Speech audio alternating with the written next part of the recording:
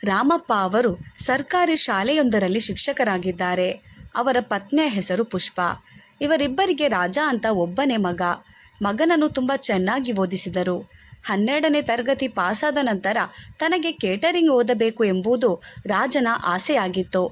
ಮಗನ ಆಸೆಯಂತೆಯೇ ರಾಮಪ್ಪ ಅವರು ಅವನನ್ನು ಕೇಟರಿಂಗ್ ಓದಿಸಿದರು. ರಾಮಪ್ಪ ಅವರ ವರಮಾನಕ್ಕೆ ತಕ್ಕಂತೆ ಪುಷ್ಪ ಅವರು ಕುಟುಂಬವನ್ನು ನಿಭಾಯಿಸುತ್ತಿದ್ದರು. ತುಂಬ ಮಿತವ್ಯಯದಿಂದ ಇದ್ದು ಹಣವನ್ನು ಕೂಡಿಟ್ಟು ಚೆನ್ನೈನಲ್ಲಿ ಸ್ವಂತ ಮನ ಕೊಂಡುಕೊಂಡರು. ರಾಜ ಕೂಡ ತುಂಬ ಚೆನ್ನಾಗಿ ಓದಿದ. ಓದು ಮುಗಿದ ತಕ್ಷಣವೇ ಅವನು ಓದಿದ ಕಾಲೇಜಿನ ಕ್ಯಾಂಪಸ್ ಇಂಟರ್ವ್ಯೂ ಮೂಲಕ ಒಂದು ದೊಡ್ಡ ಹೋಟೆಲ್ನಲ್ಲಿ ಕೆಲಸವೂ ಸಿಕ್ಕಿತು. ಈಗ ಸ್ವಂತ ಮನೆ, ಕಾರು ಅಂತ ಎಲ್ಲ ಸೌಲಭ್ಯಗಳು ಇವೆ. ಯಾವುದೇ ಕೊರತೆ ಇಲ್ಲ. ಆಮೇಲೆ ರಾಜನಿಗೆ ಒಳ್ಳೆಯ ಹುಡುಗಿಯನ್ನು ನೋಡಿ ಮದುವೆ ಮಾಡಿಸಿದರು. ಹುಡುಗಿಯ ಹೆಸರು ಉಮಾ. BCom ಓದಿದ್ದಾಳೆ. ದಿನಗಳು ಚೆನ್ನಾಗಿ ಉರುಳುತ್ತಿದ್ದವು. ರಾಮಪ್ಪ ಅವರು ನಿವೃತ್ತಿಯಾಗಲು ಇನ್ನೂ 6 ವರ್ಷ ಬಾಕಿ ಇತ್ತು. ಮಗನೇ ಕೆಲಸಕ್ಕೆ ಹೋಗುತ್ತಿದ್ದಾನಲ್ಲ, ಇನ್ನು ನಿಮಗೇನು ಕೆಲಸ? ಸ್ವಯಂ ನಿವೃತ್ತಿ ಪಡೆದುಕೊಂಡು ಮನೆಯಲ್ಲಿ ವಿಶ್ರಾಂತಿ ತಗೊಳ್ಳಿ ಅಂತ ಪುಷ್ಪ ಎಷ್ಟೋ ಬಾರಿ ಹೇಳಿದರು. ಆದರೆ ರಾಮಪ್ಪ ಕೇಳಲಿಲ್ಲ. ಭಾನುವಾರ ಕೂಡ ಮನೆಯಲ್ಲಿ ಇರಲು ಇಷ್ಟಪಡದ ಅವರು ಸ್ವಯಂ ನಿವೃತ್ತಿ ಪಡೆದು ಮನೆಯಲ್ಲಿ ಹೇಗೆ ತಾನೇ ಕೂರಲು ಸಾಧ್ಯ? ಅವರಿಗೆ ಯಾವಾಗಲೂ ಏನನ್ನಾದರೂ ಓದುತ್ತಿರಬೇಕು. ಅದನ್ನು 4 ಜನರಿಗೆ ಹೇಳಿಕೊಡುತ್ತಿರಬೇಕು. ಅದಕ್ಕಾಗಿ ಅವರು ಸ್ವಯಂ ನಿವೃತ್ತಿ ಪಡೆಯದೆ ಸತತವಾಗಿ ಕೆಲಸಕ್ಕೆ ಹೋಗಿ ಬರುತ್ತಿದ್ದರು. ಉಮಾ ಆ ಮನೆಗೆ ಸೊಸೆಯಾಗಿ ಬಂದ ಹೊಸತಿನಲ್ಲಿ ಎಲ್ಲರೊಂದಿಗೂ ತುಂಬ ಪ್ರೀತಿಯಿಂದ ನಡೆದುಕೊಳ್ಳುತ್ತಿದ್ದಳು. ದಿನಗಳು ಸುಖವಾಗಿ ಸಾಗುತ್ತಿದ್ದವು. ಹೀಗಿರುವಾಗ ಒಂದು ದಿನ ರಾಜ ಕೆಲಸ ಮುಗಿಸಿ ಮನೆಗೆ ಬರುವಾಗಲೇ ತುಂಬ ಸುಸ್ತಾಗಿ ಬೇಸರದಿಂದ ಬಂದ. ರಾಮಪ್ಪ ಕೇಳಿದರು, ಏನಾಯ್ತು ಅಪ್ಪ? ಯಾಕೆ ಒಂಥರ ಇದ್ದೀಯಾ? ನನ್ನನ್ನು ಕೆಲಸದಿಂದ ತೆಗೆದು ಹಾಕಿದ್ದಾರೆ ಅಪ್ಪ. ನನ್ನ ಕೆಲಸ ಹೋಯಿತು ಎಂದು ಚಿಕ್ಕ ಮಗುವಿನಂತೆ ರಾಜ ಅಳಲು ಶುರು ಮಾಡಿದ. ಉಮಾ ಕೇಳಿದಳು, ಯಾಕೆ ಕಳಿಸಿದ್ರು? ನಿಮ್ಮನ್ನು ಕೆಲಸದಿಂದ ತೆಗೆಯಲು ಕಾರಣವೇನು? ನಮ್ಮ ಹೋಟೆಲ್ ಮಾಲೀಕರು ವಿದೇಶಕ್ಕೆ ಹೋಗಲಿದ್ದಾರಂತೆ. ಅದಕ್ಕಾಗಿ ಇಲ್ಲಿರುವ ಹೋಟೆಲನ್ನು ಅವರ ಕೈಯಿಂದ ನೋಡಿಕೊಳ್ಳಲು ಆಗಲ್ಲ ಅಂತ ಬೇರೆ ಒಬ್ಬರಿಗೆ ಮಾರಿಬಿಟ್ಟಿದ್ದಾರೆ. ಹೊಸ ಮಾಲೀಕರು ಬಂದ ತಕ್ಷಣ ತಮಗೆ ಬೇಕಾದವರಿಗೆ ಕೆಲಸ ಕೊಟ್ಟಿದ್ದಾರೆ. ನನ್ನಂತಹ ಹಳೆಯ ಕೆಲಸಗಾರರನ್ನೆಲ್ಲ ಕೆಲಸದಿಂದ ತೆಗೆದು ಹಾಕಿದ್ದಾರೆ. ನನಗೆ ಜಗತ್ತೇ ಕತ್ತಲಾದ ಹಾಗೆ ಅನಿಸುತ್ತಿದೆ ಎಂದು ತುಂಬ ಹತಾಶೆಯಿಂದ ಹೇಳಿದ ರಾಜ. ರಾಮಪ್ಪ ಹೇಳಿದರು, ಇದಕ್ಕ ಚಿಕ್ಕ ಮಗುವಿನ ಹಾಗೆ ಅಳ್ತೀಯಾ?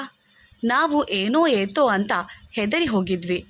ಕೆಲಸ ತಾನೇ, ಹೋದರೆ ಹೋಗಲಿ ಬಿಡು, ಆಮೇಲೆ ನೋಡಿಕೊಳ್ಳಬಹುದು. ಬೇಜಾರು ಮಾಡಿಕೊಡ್ಬೇಡಪ್ಪ.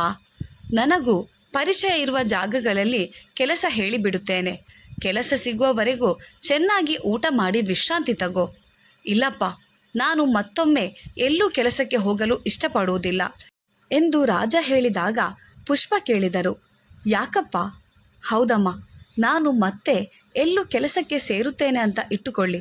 ಅಲ್ಲೂ ಏನೋ ಒಂದು ಕಾರಣ ಹೇಳಿ ಕೆಲಸದಿಂದ ತೆಗೆಯಲ್ಲ ಅಂತ ಏನು ಗ್ಯಾರಂಟಿ? ಕಾಯಮಿಲ್ಲದ ಕೆಲಸವನ್ನು ನಂಬಿಕೊಂಡು ದಿನಾಲೂ ಹೆದರಿ ಹೆದರಿ ಬದುಕಲು ನನ್ನಿಂದ ಆಗಲ್ಲ ಅಮ್ಮ. ಸರಿಯಪ್ಪ, ಹಾಗಾದರೆ ಈಗ ಏನು ಮಾಡಬಹುದು ಹೇಳು?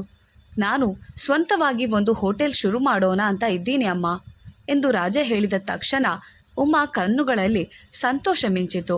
ರಾಮಪ್ಪ ಕೇಳಿದರು, ಸ್ವಂತವಾಗಿ ಹೋಟೆಲ್ ಆರಂಭಿಸುವುದು ಒಳ್ಳೆಯ ವಿಷಯವೇ, ಆದರೆ ಅದನ್ನು ನಿನ್ನಿಂದ ಯಶಸ್ವಿಯಾಗಿ ನಡೆಸಲು ಸಾಧ್ಯ ಎಂಬ ನಂಬಿಕೆ ನಿನಗಿದೆಯಾ? ಖಂಡಿತ ಅಪ್ಪ, ನನ್ನಿಂದ ಖಂಡಿತ ಸಾಧ್ಯ. ಹಾಗಾದರೆ ಸರಿ, ಖುಷಿಯಿಂದ ಮಾಡು. ಅದಕ್ಕೆ ಎಷ್ಟು ಹಣ ಬೇಕಾಗಬಹುದು? ಮೊದಲೇ ತುಂಬ ದೊಡ್ಡದಾಗಿ ಆರಂಭಿಸುವುದು ಬೇಡ ಅಪ್ಪ. ಸಣ್ಣ ಮಟ್ಟದಲ್ಲಿ ಸ್ಟಾರ್ಟ್ ಮಾಡೋಣ.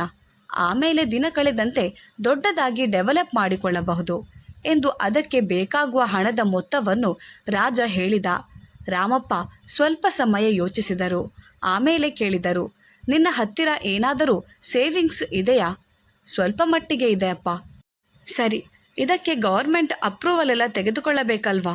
ಹೌದಪ್ಪ, ಅದೆಲ್ಲವನ್ನು ನಾನು ನೋಡಿಕೊಳ್ಳುತ್ತೇನೆ ಎಂದು ತುಂಬ ಉತ್ಸಾಹದಿಂದ ಹೇಳಿದ ರಾಜ. ಅವರ ಹೆಗಲನ್ನು ಸವರಿ ರಾಮಪ್ಪ ಹೇಳಿದರು, ನನ್ನ ಸೇವಿಂಗ್ಸ್, ನಿನ್ನ ಸೇವಿಂಗ್ಸ್ ಎಲ್ಲವನ್ನು ಇಟ್ಟುಕೊಂಡು ಮೊದಲಿಗೆ ಕೆಲಸವನ್ನು ಆರಂಭಿಸು. ನನಗೆ 1 ವಾರ ಟೈಮ್ ಕೊಡು. ನಾನು ಬಾಕಿ ಹಣವನ್ನು ಹೇಗೋ ಒಂದು ಮಾಡಿ ರೆಡಿ ಮಾಡ್ತೀನಿ. ಹೀಗೆ ಹೇಳಿದ ರಾಮಪ್ಪ ಅವರನ್ನು ರಾಜ ತಬ್ಬಿಕೊಂಡು ಅತ್ತನು. ಅವನ ಕಣ್ಣೀರನ್ನು ಒರೆಸಿ ರಾಮಪ್ಪ ಧೈರ್ಯ ತುಂಬಿದರು. ಹೋಟೆಲ್ ಆರಂಭಿಸುವ ಕೆಲಸಕ್ಕಾಗಿ ರಾಜ ಅಲೆದಾಡಿದ. ಒಳ್ಳೆಯ ಜಾಗವನ್ನು ನೋಡಿದ. ಅಡ್ವಾನ್ಸ್ ಎಷ್ಟು, ಬಾಡಿಗೆ ಎಷ್ಟು, ಒಟ್ಟಾರೆಯಾಗಿ ಬೆಲೆಗೆ ಕೊಂಡುಕೊಂಡರೆ ಎಷ್ಟು ಎಂಬ ಎಲ್ಲ ವಿವರಗಳನ್ನು ತಿಳಿದುಕೊಂಡ. ಎಲ್ಲ ವಿಷಯಗಳನ್ನು ರಾಮಪ್ಪ ಅವರ ಬಳಿ ಹೇಳಿದ. 1 ವಾರ ಕಳೆಯಿತು. ಅಂದು ರಾಮಪ್ಪ ಶಾಲೆಯಿಂದ ಕೊರಳಿಗೆ ಹಾರ ಹಾಕಿಸಿಕೊಂಡು ಬಂದರು. ಹೌದು, ಅವರು ಸ್ವಯಂ ನಿವೃತ್ತಿ ಪಡೆದು ಕೆಲಸವನ್ನು ಬಿಟ್ಟು ಬಿಟ್ಟಿದ್ದರು. ರಾಮಪ್ಪ ಅವರ ಪೆನ್ಷನ್ ಹಣಕ್ಕೆ ಬರೆದು ಕೊಟ್ಟಿದ್ದರಿಂದ ಅದು ಶೀಘ್ರದಲ್ಲೇ ಬಂದು ಬಿಡುತ್ತದೆ. ಓದುವುದು ಮತ್ತು ಓದಿದ್ದನ್ನು 4 ಜನರಿಗೆ ಕಲಿಸಿಕೊಡುವುದು ಮುಖ್ಯ ಎಂದು ವಯಸ್ಸನ್ನು ಲೆಕ್ಕಿಸದೆ ಕೆಲಸಕ್ಕೆ ಹೋಗುತ್ತಿದ್ದ ರಾಮಪ್ಪ ಇವತ್ತು ಮಗನಿಗಾಗಿ ಸ್ವಯಂ ನಿವೃತ್ತಿ ಪಡೆದು ಬಂದು ಬಿಟ್ಟಿದ್ದಾರೆ. ಅವರ PF ಹಣವನ್ನೆಲ್ಲ ಮಗ ರಾಜನಿಗೆ ಕೊಟ್ಟು, ಇದನ್ನು ಇಟ್ಟುಕೊಂಡು ಹೋಟೆಲ್ ಸ್ಟಾರ್ಟ್ ಮಾಡಪ್ಪ ಎಂದರು. ಹೋಟೆಲ್ ಆರಂಭಿಸುವ ಎಲ್ಲ ಕೆಲಸಗಳನ್ನು ಜೋರಾಗಿ ನಡೆದವು. ಹಣ ಸಾಲಲಿಲ್ಲ. ಹೋಟೆಲ್ ರಾಜ ಹೆಸರಿನಲ್ಲಿತ್ತು. ಅದೇ ರೀತಿ ರಾಜ ಹೆಸರಿನಲ್ಲಿ ಆ ಮನೆ ಇದ್ದರೆ ಮಾತ್ರ ಅದರ ಮೇಲೆ ಹೋಟೆಲ್ಗೆ ಲೋನ್ ಸಿಗುತ್ತದೆ. ಆದ್ದರಿಂದ ಆ ಮನೆಯನ್ನು ಮಗನ ಹೆಸರಿಗೆ ರಾಮಪ್ಪ ಬರೆದುಕೊಟ್ಟರು. ಆ ಮನೆಯನ್ನು ಬ್ಯಾಂಕ್ನಲ್ಲಿ ಅಡವಿಟ್ಟು ರಾಜ ಹಣ ಪಡೆದ. ಹೋಟೆಲ್ ಆರಂಭಿಸಿದರು. ದಿನಗಳು ಚೆನ್ನಾಗಿ ಸಾಗುತ್ತಿದ್ದವು. ಯಾವಾಗಲೂ ರಾಜ ಹೋಟೆಲ್ ಕೆಲಸದಲ್ಲಿ ಮುಳುಗಿದ್ದನು. ಆದರೆ ಉಮಾಳ ನಡವಳಿಕೆಯಲ್ಲಿ ನಿಧಾನವಾಗಿ ಬದಲಾವಣೆಗಳು ಕಾಣತೊಡಗಿದವು.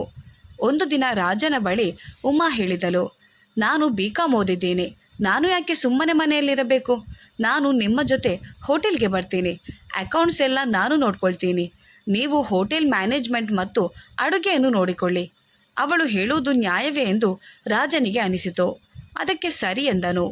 ಮರುದಿನದಿಂದ ಉಮಾ ಕೂಡ ಹೋಟೆಲ್ಗೆ ಹೋಗಲು ಆರಂಭಿಸಿದಳು. ಆರಂಭದಲ್ಲಿ ಇದು ರಾಮಪ್ಪ ಹಾಗೂ ಪುಷ್ಪ ಅವರಿಗೆ ದೊಡ್ಡದಾಗಿ ಅನಿಸಲಿಲ್ಲ. ಗಂಡ ಹೆಂಡತಿ ಇಬ್ಬರು ಸೇರಿ ಕೆಲಸ ಮಾಡಿ ಒಟ್ಟಿಗೆ ಮುನ್ನಡೆದರೆ ಒಳ್ಳೆಯದೇ ತಾನೆ ಎಂದು ಉದಾರವಾಗಿ ಯೋಚಿಸಿದರು. ಆದರೆ ದಿನಗಳು ಕಳೆದಂತೆ ಅವರಿಗೆ ಅಸಲಿ ಸತ್ಯ ತಿಳಿಯಲು ಆರಂಭಿಸಿತು. ಮನೆಯ ಎಲ್ಲ ಕೆಲಸಗಳನ್ನು ಪುಷ್ಪ ಅವರ ತಲೆ ಮೇಲೆ ಹಾಕಿ ಹೋಟೆಲ್ನಲ್ಲಿ ನೆಮ್ಮದಿಯಾಗಿ ಹೋಗಿ ಕ್ಯಾಶ್ ಅಕೌಂಟ್ನಲ್ಲಿ ಕುಳಿತುಕೊಳ್ಳಲು ಆರಂಭಿಸಿದಳು ಉಮಾ. ಅಲ್ಲಾದರೂ ಜವಾಬ್ದಾರಿಯಿಂದ ಕೆಲಸ ನೋಡಿಕೊಂಡರೆ ಪರವಾಗಿಲ್ಲ. ಆದರೆ ಅಲ್ಲೂ ಸ್ವಲ್ಪ ಸಮಯ ಮಾತ್ರ ಇರುತ್ತಿದ್ದಳು. ಆಮೇಲೆ ಮ್ಯಾನೇಜರ್ ಕೈಗೆ ಜವಾಬ್ದಾರಿ ಒಪ್ಪಿಸಿ ತನ್ನ ತವರು ಮನೆಗೆ ಹೊರಟು ಬಿಡುತ್ತಿದ್ದಳು. ಕೆಲವು ದಿನ ಫ್ರೆಂಡ್ಸ್ ಜೊತೆ ಹೊರಗೆ ಹೋಗುತ್ತಿದ್ದಳು. ಹೋಟೆಲನ್ನು ದೊಡ್ಡ ಮಟ್ಟಕ್ಕೆ ತರಬೇಕು ಎಂಬ ಹಠದಲ್ಲಿದ್ದ ರಾಜ ಉಮಾಳ ಈ ನಡವಳಿಕೆಗಳನ್ನು ಗಮನಿಸಲೇ ಇಲ್ಲ. ಮನೆಯ ಎಲ್ಲ ಕೆಲಸಗಳನ್ನು ಪುಷ್ಪ ಅವರೇ ನೋಡಿಕೊಳ್ಳುತ್ತಿದ್ದರು. ಅಂಗಡಿಗೆ ಹೋಗುವುದು, ಸಾಮಗ್ರಿಗಳನ್ನು ತರುವುದು ಎಲ್ಲವನ್ನು ರಾಮಪ್ಪ ನೋಡಿಕೊಳ್ಳುತ್ತಿದ್ದರು. ಹಳೆಯ ಹಾಗೆ ಮಾವ ಅತ್ತೆಯ ಹತ್ತಿರ ಉಮಾ ಮಾತನಾಡುತ್ತಿರಲಿಲ್ಲ.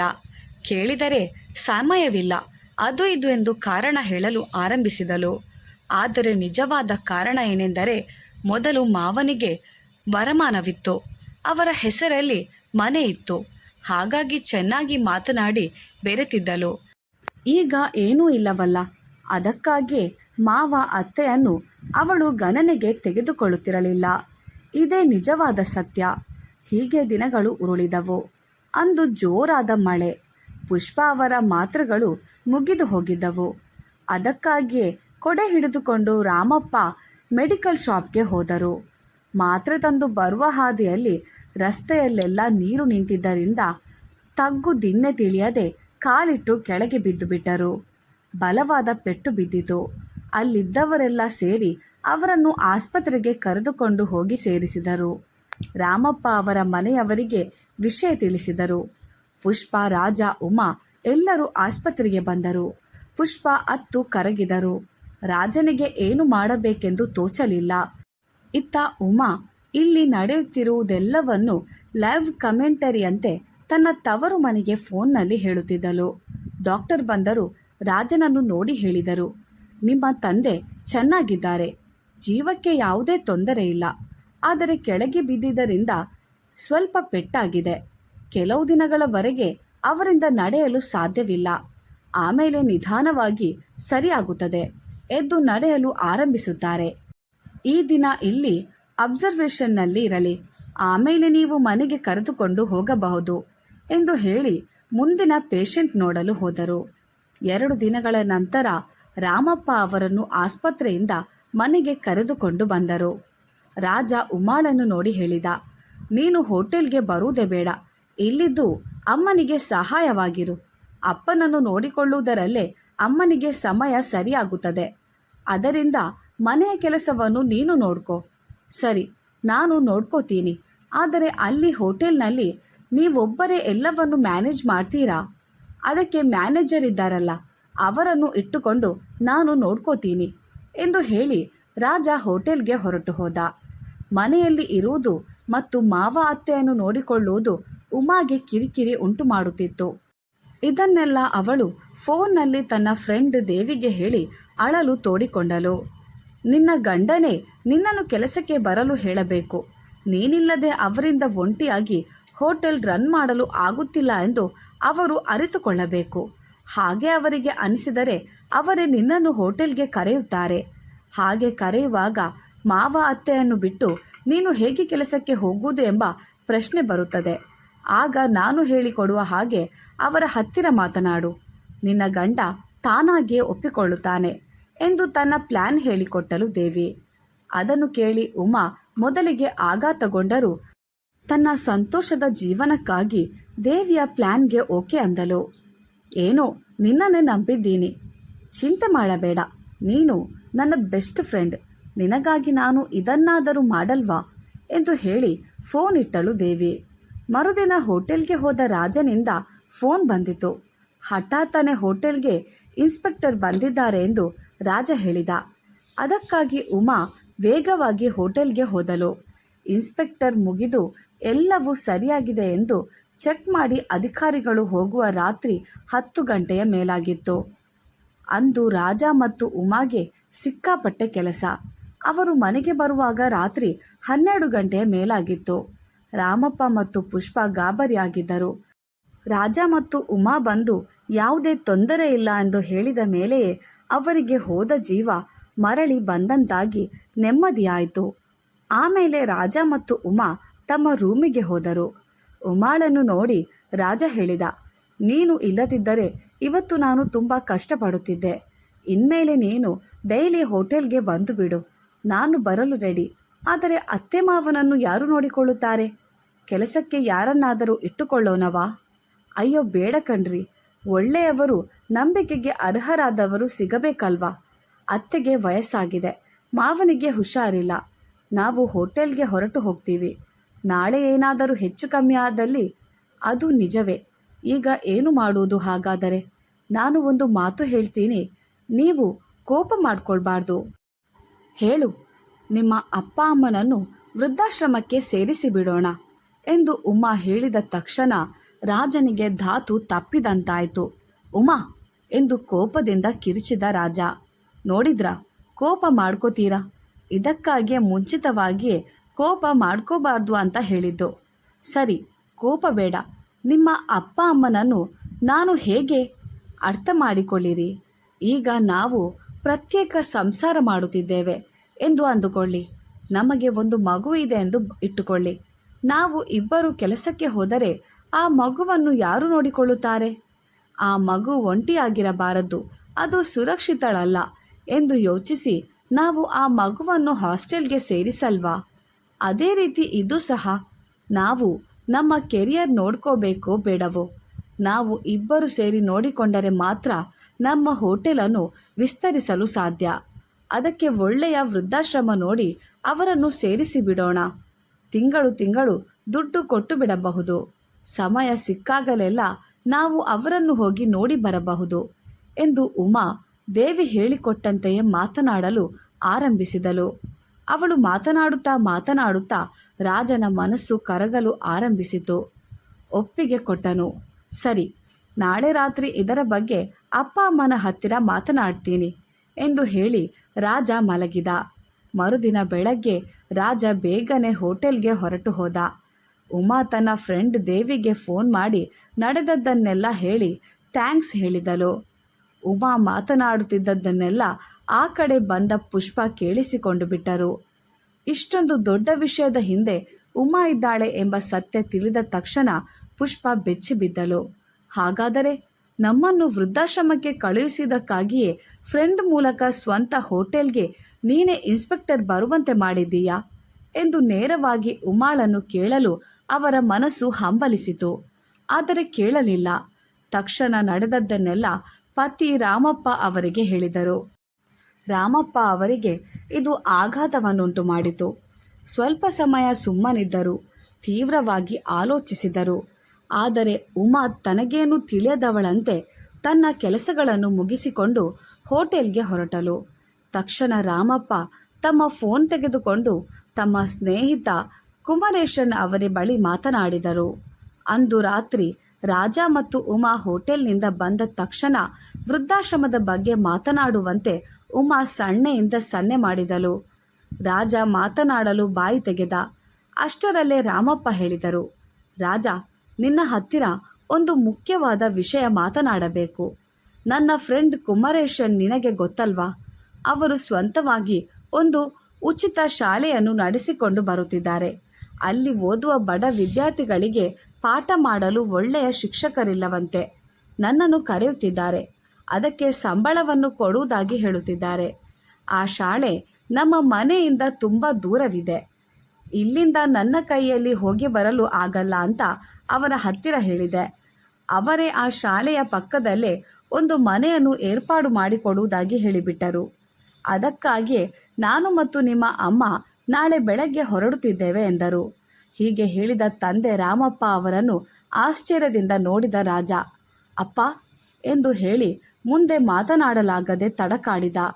ಬೇಜಾರು ಮಾಡ್ಕೋಬೇಡಪ್ಪ, ನೀವು ನಿಮ್ಮ ಹೋಟೆಲ್ ಕೆಲಸಗಳನ್ನು ಗಮನಿಸಿಕೊಳ್ಳಿ. ನಮ್ಮನ್ನು ನಾವು ನೋಡಿಕೊಳ್ಳುತ್ತೇವೆ. ಎಲ್ಲರೂ ಮದುವೆಯಾದ ಹೊಸತಿನಲ್ಲಿ ಪ್ರತ್ಯೇಕ ಸಂಸಾರ ಹೋಗುತ್ತಾರೆ.